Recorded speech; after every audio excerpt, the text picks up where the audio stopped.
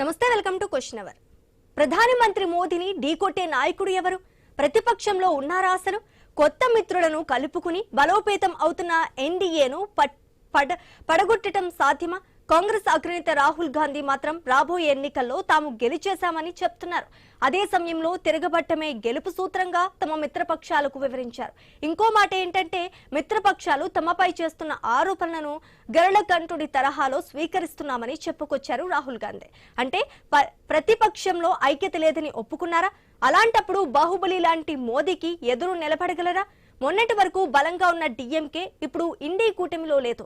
Trinamool party అస్తిత్వమే ప్రమాదంలో పడుతోంది. ప్రతిపక్షాలను ఏకం చేయటం కాదు, ముందు మీ పార్టీలోనే ఐక్యత సాధించండి అని బీజేపీ నేతలు సెటైర్లు వేస్తున్నారు.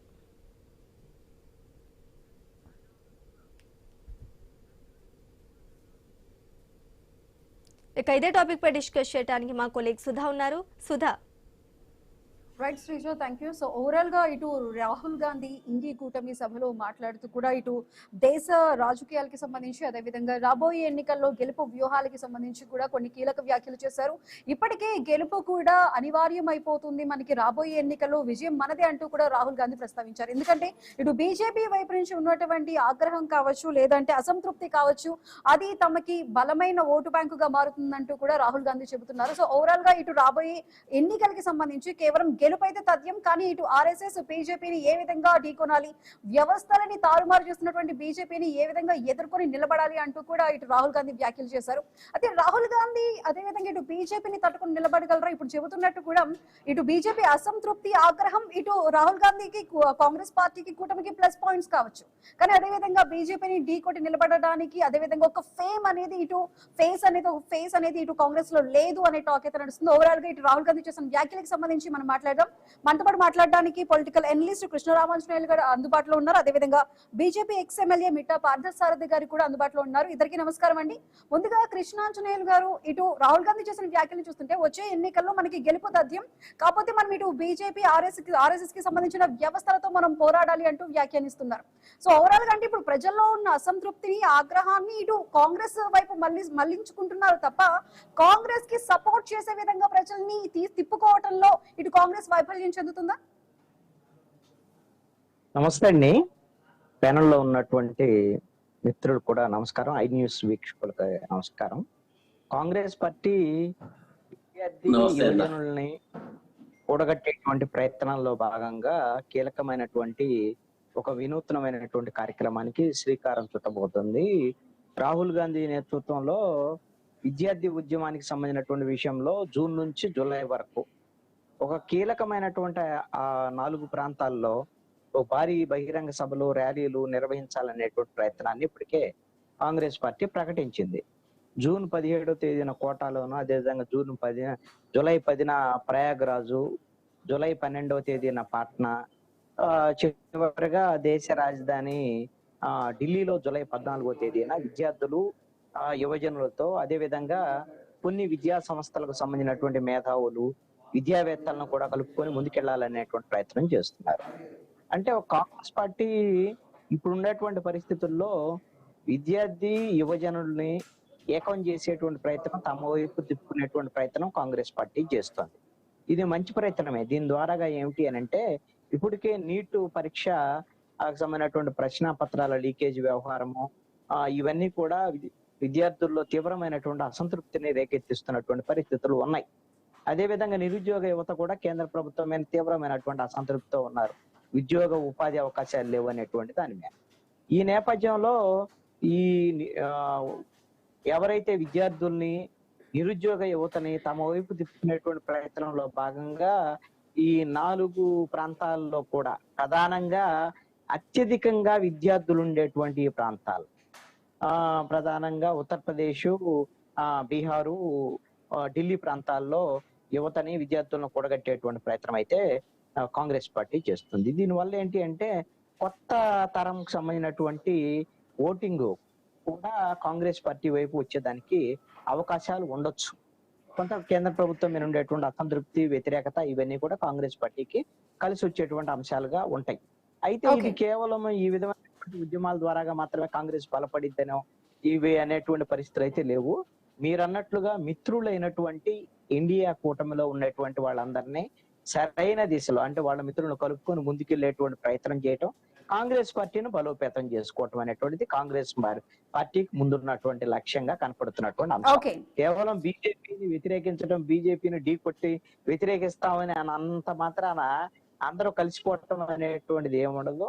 బీజేపీ బలంగా ఈ రోజున ముందుకెళ్తున్నటువంటి పరిస్థితి ఉంది. ఎన్నికలు వచ్చినా గెలిచేటువంటి పరిస్థితులు బీజేపీ ముందుకు తీసుకెళ్తున్నటువంటి వ్యవహారం మనం పశ్చిమ బెంగాల్ ఎన్నికలు కానివ్వండి, అంతకుముందు బీహార్ ఎన్నికలు కానివ్వండి, ఈ విధమైనటువంటి అన్ని చోట్ల కూడా ఓకే విజయాలు సాధిస్తున్నటువంటి మిత్రులను కలుపుకొని ముందుకెళ్ళటం అనేటువంటిది కాంగ్రెస్ పార్టీకి ముందున్నటువంటి సవాల్.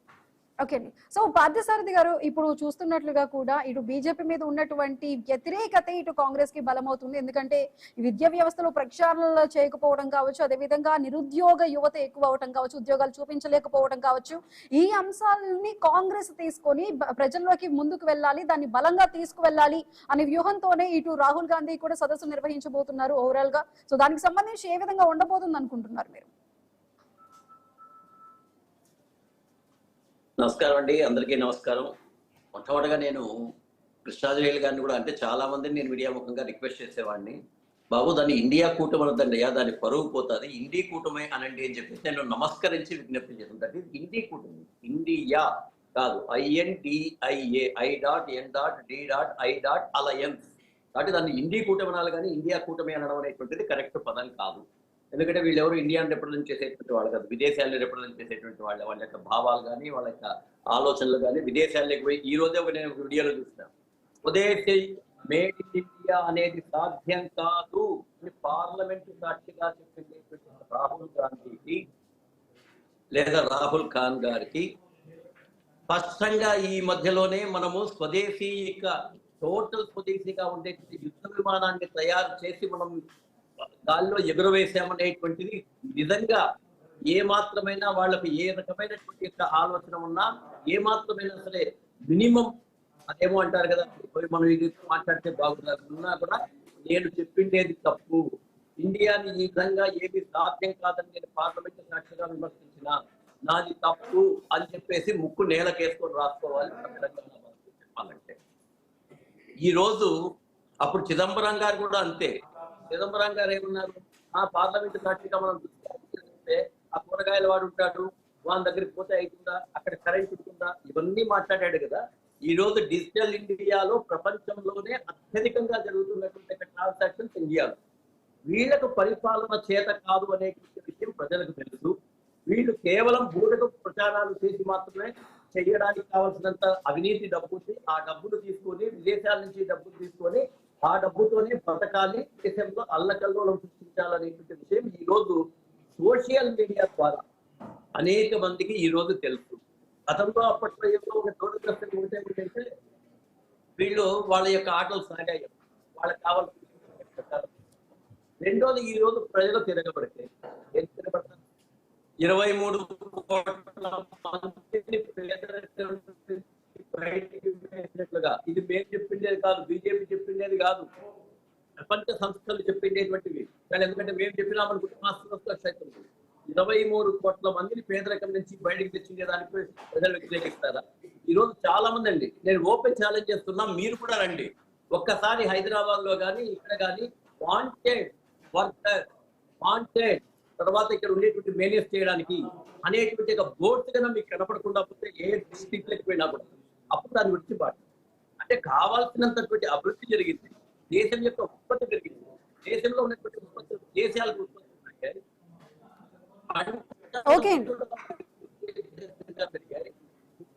కింద ఇప్పటికే దాదాపుగా 23 కోట్ల మందికి, దాంట్లో మహిళలకి అత్యధికంగా కూడా హామీ పార్థసారథి గారు. సో మనతో మాట్లాడడానికి ఇటు కాంగ్రెస్ స్పోక్స్ పర్సన్ షేక్ బాజీ గారు అందుబాటులోకి వచ్చారు. బాజీ గారు నమస్కారం అండి.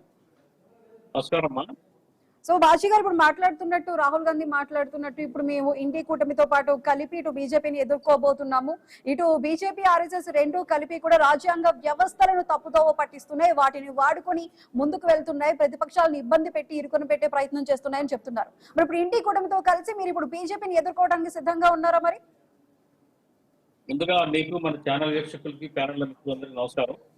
ఖచ్చితంగా కాంగ్రెస్ పార్టీ మరి మిత్రపక్షాలని ఇండి కూటమిలో ఉన్న ఇండియా కూటమి ఐ వుడ్ సే ఇండియా కూటమిలో ఉన్న పార్టీలు అన్నింటిలో కూడా బలం. ఇండియా కూటమి కాదన్నా, ఇండి కూటమి బాబ్జీ అన్న, ఇండి కూటమి ఆగండి సార్, చెప్తే ఆగండి. దానికి డెఫినేషన్ అన్నా, ఇండి కూటమి అనండి. నేను ఎట్లా ఇండియా కూటమి అంటే టైం లేదు సార్, టైం లేదు. ఇండియా పార్థసారథి గారు మీరు చెప్పారు దాన్ని ఇండి కూటమి అనాలంటూ కూడా, సో వాళ్ళ version కూడా ఒకసారి విందాం. బీజేపీ సిద్ధంగా ఉన్నారు. ఇవాళ దేశంలో రైతులు కానివ్వండి, యువత కానివ్వండి, మరి చాలా డిస్ప్రెషన్ లో ఉన్నారు. ఇవాళ యువత మరి చూడండి రోడ్ల మీదకి వచ్చారు. ఇవాళ మీకు ఏదైతే కాక్రోచ్ పార్టీ వాళ్ళు లేవనెత్తిన అంశాలే ఉదాహరణ. ఎంతమంది విద్యార్థులు నిరాశలో ఉన్నారు, ఆత్మహత్యలు చేసుకున్నారు. నీట్ ఎగ్జామినేషన్స్ మరి ఇవాళ 4 సార్లు వరుసగా కూడా పేపర్ లీకేజీ. ఇక ఈ నరేంద్ర మోడీ గారి పరిపాలనలో 10 ఏళ్లలో దాదాపు మరి 86 సార్లు 88 సార్లు పేపర్ లీకేజీలు. అట్లాగే మరి ఈ ఒక పరీక్షలు సరిగ్గా నిర్వర్తించలేని వాళ్ళు వీళ్ళు విద్యార్థులకు కానీ వాళ్ళ భవిష్యత్తుకు కానీ ఏం గ్యారంటీ ఇస్తారు? ఆ ఉద్యోగాలు ఇస్తాం 2 కోట్లు అన్నారు, ఎక్కడ నిలబెట్టుకున్నారా? ఇవాళ నిత్యావసర ధరలు పెరిగిపోయి జనం అల్లాడుతూ ఉన్నారు. ఏదో అభివృద్ధి చేశామని అంటున్నారు. నిజమైన అభివృద్ధి అంటే ఏంటంటే ప్రజలు సంతోషంగా ఉండాలా, ప్రజల ఆర్థిక పరిస్థితులు బాగుండాలా, వాళ్ళు 10 రూపాయలు సేవింగ్ అవ్వాలా. అది సరైన పరిపాలన. హైవే వేయడం, అదాని అంబానీలకు దొబ్బేయడం, డబ్బులన్నీ అన్ని వ్యవస్థలన్నింటినీ గుప్పెట్లో పెట్టుకొని మరి ప్రతి ఎలక్షన్ లో కూడా మరి కుతంత్రాలతో గెలిచిన తర్వాత మేము ఏదో సాధించామని గొప్ప చెప్పుకోవడం, ఇది కాదు పరిపాలన. సుపరిపాలన అంటే పరిపాలన అంటే క్షేత్రస్థాయిలో ఇవాళ నరేంద్ర మోడీ గారు మన ఆర్భాటంగా చెప్తున్నాడు. 80 కోట్ల మంది జనాభాకి 5 రూపాయలు బియ్యం ఇస్తున్నాం, ఫ్రీగా బియ్యం ఇస్తున్నాం అన్నాడు.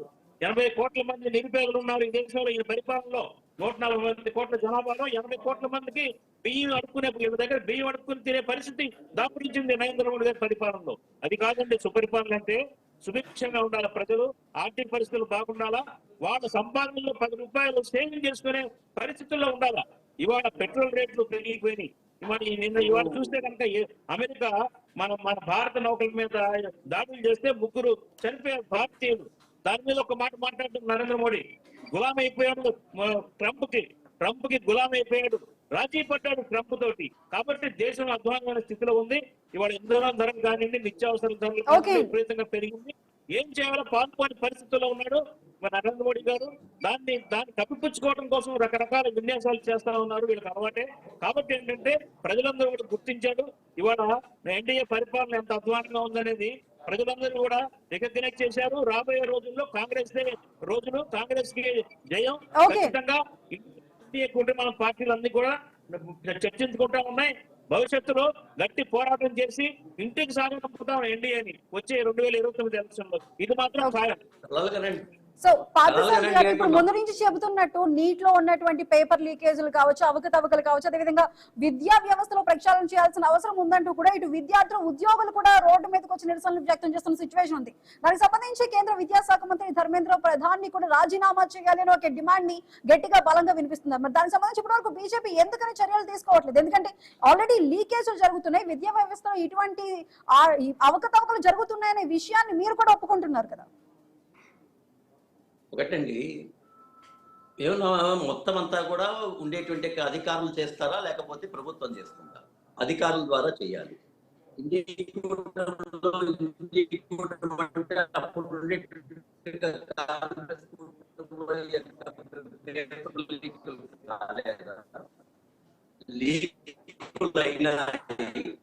అయినటువంటి వాటి మీద కేసులు వేసినారు. పార్థసారథి గారు మీ దగ్గర నెట్వర్క్ ఇష్యూ ఉన్నట్టుంది, ఒక్కసారి చెక్ చేయండి సార్. సో మనం కృష్ణరామన్ గారు పూర్తి అయితే మీకు అర్థమవుతుంది. ఓకే చెప్పండి. పూర్తి చెప్తేనే అర్థమవుతుంది. ఒక్క విషయం వస్తేనే అన్యాయం ఎవరికి జరగకూడదు నిజమైనటువంటి లబ్ధిదారులకు అని చెప్పేసి దాన్ని తీసుకొని వాటిని మొత్తం అంతా కూడా రద్దు చేసి మరలా స్వేచ్ఛగా పరీక్షలు పెట్టి నిజమైనటువంటి విద్యార్థులకు న్యాయం చేస్తుంటే కూడా విమర్శిస్తే ఇంతకన్నా మహాపాపం ఏమవుతుంది? ఎవరు కాంగ్రెస్ ఏమన్నా బయట పెట్టిందా? అది విపక్షాలు ఏమన్నా బయట పెట్టాయా? పెట్టిండేది భారతీయ జనతా పార్టీనే కదా. భారతీయ జనతా పార్టీకి ఒక లింక్ తెలుస్తానే ఎవరు చేసిండేది? నాయకులా చేసిండేది. అక్కడ చేసిండేటువంటి పేపర్ సంబంధించేటువంటి వాళ్ళు చేస్తే వాళ్ళని శిక్షించకుండా మేమేమన్నా అతను భుజాన పెట్టుకుంటే మా తప్పు. కాంగ్రెస్ ఇంతకు ముందు చేసినట్లుగా కాంగ్రెస్ తప్పుడు పనులు చేసినటువంటి వాళ్ళందరూ కూడా మినిస్టర్లుగా కంటిన్యూ చేశారు. అట్లా ఏం నేను చేయలేదు కదా భారతీయ జనతా పార్టీ. భారతీయ జనతా పార్టీకి చిన్న క్లూ దొరుకుతానే దాన్ని మిగతా వాళ్ళ మీద దాచిపెట్టలే, వీళ్ళ మీద దాచిపెట్టి వాళ్ళ దగ్గర నుంచి లంచాలు తీసుకోలే. ప్రతిసారి అన్యాయం జరిగినప్పుడు దేశం మొత్తంలో ప్రజలందరూ ఉంటారు, అధికారులు ఉంటారు, నాయకులు ఉంటారు, అందరూ ఉంటారు. వీళ్ళు ప్రతిపక్ష నాయకులు కుట్రతో చేస్తే అవసరమైతే దాన్ని బయటపడుతుంది. మొట్టమొదటి అధికారులు కుట్రలతో చేస్తే అది బయటపడుతుంది, విద్యార్థులతో కుట్రతో చేస్తే అది బయటపడుతుంది. అలా చేసినప్పుడు ఎక్కడో జరిగినటువంటి దాన్ని భారతీయ జనతా పార్టీకి ఆపాదించడం అనేటువంటి ఎంతవరకు కరెక్ట్? పార్థసారథి గారు, మీరు అంటున్నట్టు సిస్టమ్ లో ఉన్నటువంటి తప్పును మేము బయట పెట్టామని చెప్తున్నారు, కానీ బయట పెట్టడం కాదు కదా ప్రజలకి కావాల్సింది. ఆ సిస్టమ్ లో తప్పులు జరగకుండా చూసుకోవడం కావాలి. అవునమ్మా, ఈ రోజు అక్కడ ఉండేటువంటి ఒక సంస్థకి ఏర్పాటు చేశారు, అది కూడా టెండర్ల ద్వారా పిలిచినటువంటిది. ఎవరు చేయాలో వాళ్ళని ఏర్పాటు చేశారు. అతనే ఒక దోపిడీదారు అయినప్పుడు ఎలా తెలుస్తుంది? అది బయటికి వచ్చిన తర్వాత విచారణ చేస్తే కదా తెలిసేది. ఇప్పుడు ఒక వ్యక్తిని, మొన్న ఇద్దరు వ్యక్తుల్ని నేపాల్ నుంచి వచ్చేటటువంటి వ్యక్తుల్ని సెక్యూరిటీగా పెట్టుకున్న తర్వాత వాడు దొంగతనం చేసేసుకొని వెళ్ళిపోయాడు. ఆ దొంగతనం చేసేటువంటిది పోలీసులు పట్టుకున్నారు. ఇప్పుడు పెట్టుకోవడం తప్పు అని చెప్పేసి అంటే ఎలా? అది ఎవరైనా ప్రేరేపించి చేస్తే తప్పు, దాన్ని తప్పు అన్నా కరెక్ట్. దురదృష్టం ఏమంటేమా, రాజకీయ నాయకులు అసలు విషయాన్ని పక్కన పెట్టేసి వాళ్ళకు రక్షణ కల్పిస్తున్నారు. వీళ్ళు కూడా ఏం చేస్తుంటే అంటే వాళ్ళ దగ్గర డబ్బులు తీసుకుంటారు. మా మీద ఎక్కడైనా ఎక్కువగా పడుతుందేమో, ప్రజలు ఎక్కడ మా మీద తినగొడతారు. పశ్చిమ బెంగాల్లో ఏ విధంగా అయితే ఆ టీఎంసీ కార్యకర్తల్ని తరిమి కొడుతున్నారో, వాళ్ళు ఎవరైతే తెల్ల చీరలు ఇచ్చారో ఆమెకే తెల్ల చీర కట్టించేటువంటి వీడియోలో చూస్తున్నాం కదా. అట్లాంటిది లేకుండా వీళ్ళకి డబ్బులు ఇచ్చి ఏమన్నా కావాలనుకుంటే, బాబు మా గురించి చెప్తారండి, ఎక్కువ ప్రచారం చేయండి, మా మీద పడకుండా మీరు మాత్రం కొట్టాడుకోండి వీళ్ళు అనుకుంటున్నారు. నేనేమంటున్నా అంటే, భారతీయ జనతా పార్టీ చేసిన, ప్రతిపక్షం చేసిన, అధ్యాపకుడు చేసిన, అధికారి చేసిన, విద్యార్థి చేసిన, మనమందరము వాళ్ళని కాకుండా చూడాల్సిన బాధ్యత మన అందరి మీద కలిసికట్టుగా ఉంది. కేవలం దీన్ని ప్రచారం కోసం మాత్రమే మాట్లాడుకొని ఓట్లు పొందాలి అనుకుంటే అది భగవంతుడు మనల్ని శపిస్తాడు అనే చెప్తున్నారు. భగవంతుడు మనల్ని శపిస్తాడు. మనము కలిసి మంచి చేయాలి, ప్రతిపక్షంగా మంచి సజెషన్, అధికారులుగా ఉండేటువంటి వాళ్ళు ఏ విధంగా చేయాలో తీసుకోని చెప్పు. ఇవన్నీ కాకుండా కేవలం విమర్శలకు మాత్రమే పరిమితం అయితే ఆ పార్టీకి ఇప్పటిదాకా, మొన్ననే మరి ఆయన అంతగా చెప్తున్నారు, మరి పంజాబ్లో ఎలా గెలిచాం, మిగతా ప్రదేశాలు అస్సాంలో ఎలా గెలిచాం మూడోసారి. అన్ని వాస్తవాలమ్మా. భారతీయ జనతా పార్టీకి ఏమి ఇబ్బంది లేదు. అయినా మేము ప్రతిపక్షం బాగుండాలని, సమర్థవంతంగా ఉండాలని, సరైన సమస్యలను సరైనటువంటి పద్ధతిలో దిశానిర్దేశం చేసే స్థాయిలో ఉండాలని, రాహుల్ గాంధీకి ఆ యొక్క జ్ఞానం రావాలని నేను పదే కోరుకుంటున్నాను. ఓకే, సో రామాంజనేయులు గారు ఇటు మాట్లాడుతున్నట్టు కూడా కాంగ్రెస్ కూటమి కోసం ఎంతటి త్యాగాలకైనా సిద్ధం అంటూ రాహుల్ గాంధీ కూడా చెప్తున్నారు. అంటే ఇటు బీజేపీని కాంగ్రెస్ పార్టీ ఒంటరిగా ఢీ కొట్టలేక ఇటు ప్రాంతీయ పార్టీల సపోర్ట్ తప్పకుండా తీసుకోవాల్సిన సిచ్యువేషన్ వస్తుందంటారా? మీరు అంశాన్ని గమనించండి. జాతీయ రాజకీయాల్లో ద్వారా మాత్రమే రాజకీయాలు నడుస్తున్నటువంటి పరిస్థితి. కాంగ్రెస్ ఒంటరిగా రావడం లేదని, నా వాయిస్ సరిగా రావడం లేదన్నా. వాళ్ళు ఏ విధంగా అయితే ఎన్డీఏ వాడు ఉన్నారో వీళ్ళు ఇండియా కూటమి తరఫున ఉన్నటువంటి పరిస్థితి ఉంది.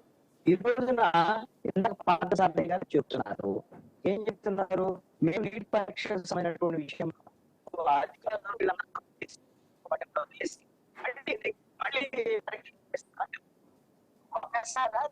నా వాయిస్ సరిగా రాలేదన్నా. సార్ కృష్ణాంజలి గారు ఒకసారి నెట్వర్క్ చెక్ చేయండి సార్, ఒక్కసారి ఆడియో క్లియర్ గా రావట్లేదు. వాయిస్ సరిగా రాలేదన్నా. ఒకసారి చూడండి. సో బాజీ గారు, ఇప్పుడు మనం మాట్లాడుకుంటున్నట్టే ఇప్పుడు దీనికి సంబంధించి కాంగ్రెస్ ఒంటరిగా, కృష్ణాంజలి గారు ఒకసారి ఆడియో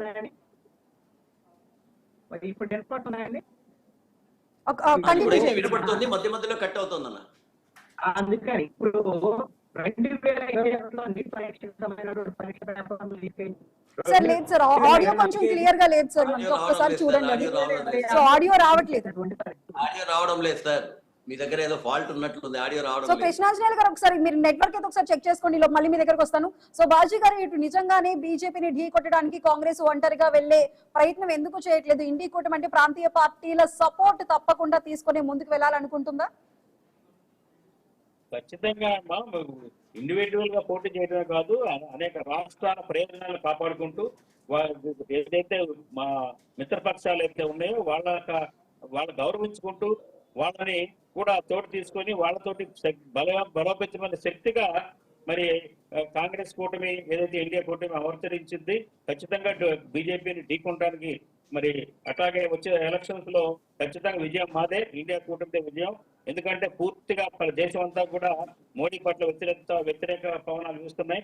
ఆయన పరిపాలనా విధానం పట్ల, ఆయన ఆయన ఆయన యొక్క ఎన్డీఏ యొక్క విధానాల పట్ల దేశ ప్రజలు చాలా సంక్షోభంలో ఉన్నారు, ఆర్థిక సంక్షోభంలో ఉన్నారు. అన్ని రంగాలు కూడా, ఈవెన్ పరిశ్రమ రంగం కూడా ఎంఎస్ఎంఈలు ఎన్నో వేల సంఖ్యలో మూతపడినాయి.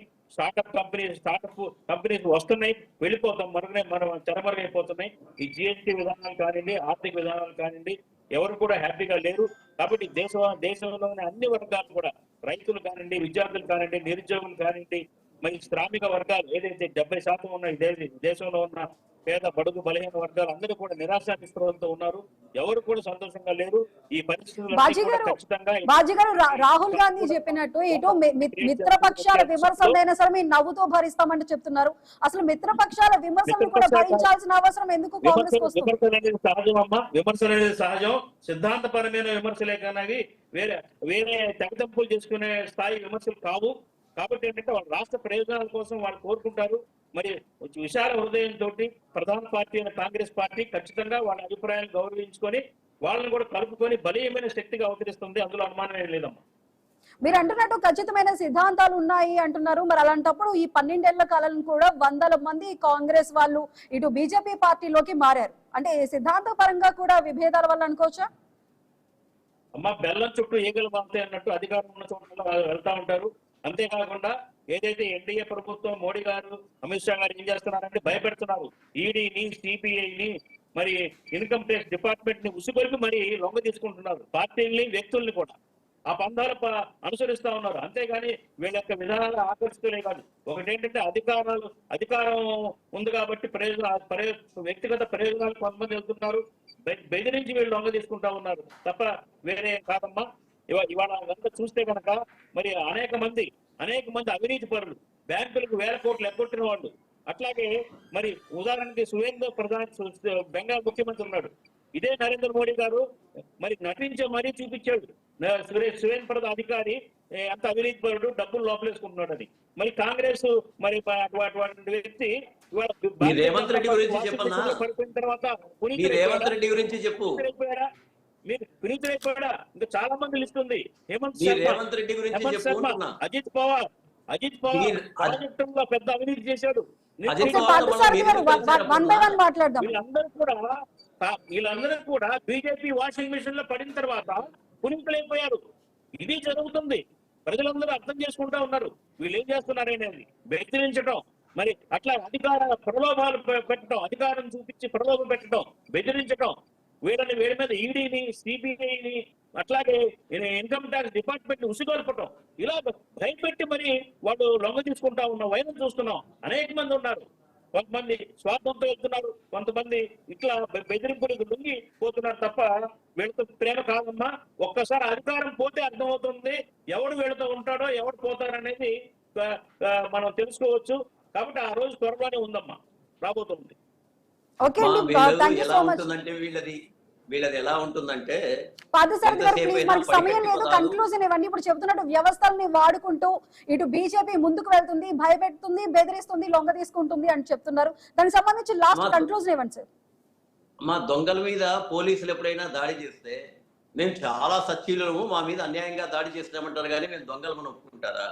వీళ్ళందరూ దొంగలమ్మా. ఎవరి మీద చేసుకుంటున్నారో వాళ్ళందరూ దొంగలు.